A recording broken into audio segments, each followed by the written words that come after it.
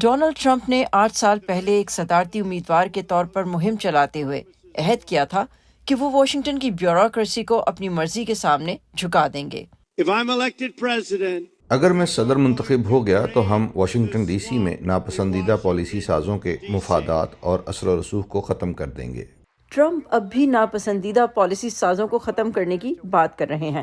اس کے معنی یہ ہے کہ حکومت سے ان لوگوں کو نکال دیا جائے جو پالیسیوں پر زور دیتے ہیں مگر صدر کو جواب دہ نہیں ہے، اور اس خیال کو اس مجوزہ منصوبے کی حمایت حاصل ہے جس کا مسودہ 100 سے زیادہ قدامت پسند گروپوں نے تیار کیا ہے۔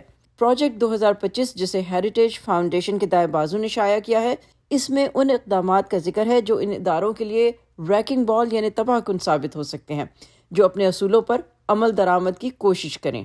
ہیریٹیج فاؤنڈیشن کے صدر کیون رابرٹس نے خبردار کیا ہے کہ اس منصوبے پر عمل درآمد کے دوران تشدد ہو سکتا ہے۔ ہم دوسرے امریکی انقلاب کے عمل میں ہیں جو خون خرابے کے بغیر ہو سکتا ہے اگر بائیں بازو والے چاہیں تو۔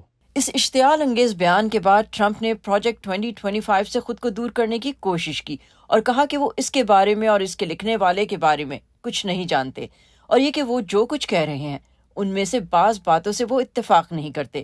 لیکن پروجیکٹ کے سربراہ پال ڈینس نے سی اسپین سے گفتگو کرتے ہوئے یہ واضح کر دیا کہ اس منصوبے کی تحریک ٹرمپ کے الفاظ اور نظریات سے ملی۔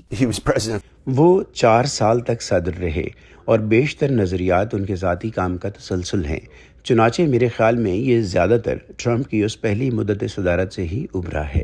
وائس آف امریکہ نے ہیریٹیج فاؤنڈیشن کے ساتھ انٹرویو کی درخواست کی تھی۔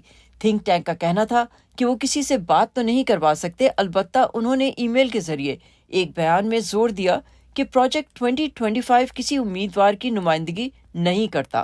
پروگریسو پالیسی انسٹیٹیوٹ کے صدر ول مارشل کے مطابق پروجیکٹ 2025 حکومت کی انتظامیہ، مقننہ اور عدلیہ شاخوں کے درمیان اختیارات کی تقسیم کے ذریعے آئین میں احتساب اور توازن کے جیمز میڈیسن اور تھامس جیفرسن جیسے مصنفین کے کام کو ختم کرنے کی کوشش کرتا ہے۔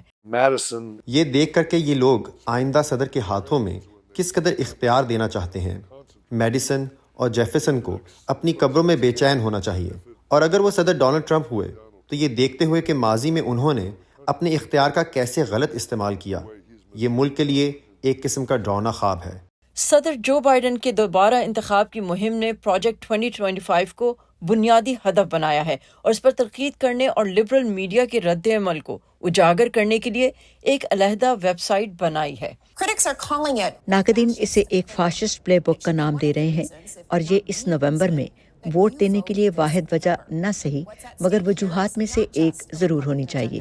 اس وسیع منصوبے میں قابل تجدید توانائی اور موسمیاتی تبدیلیوں سے نمٹنے کے لیے حکومتی فنڈنگ میں کمی کا بھی مطالبہ کیا گیا ہے۔ محکمہ تعلیم کو ختم کر دیا جائے گا، فیڈرل بیورو آف انویسٹیگیشن کو اوپر سے نیچے تک تبدیل کیا جائے گا، اور ایسا ہی وائس آف امریکہ کی نگران U S agency for global media کے ساتھ بھی کیا جائے گا۔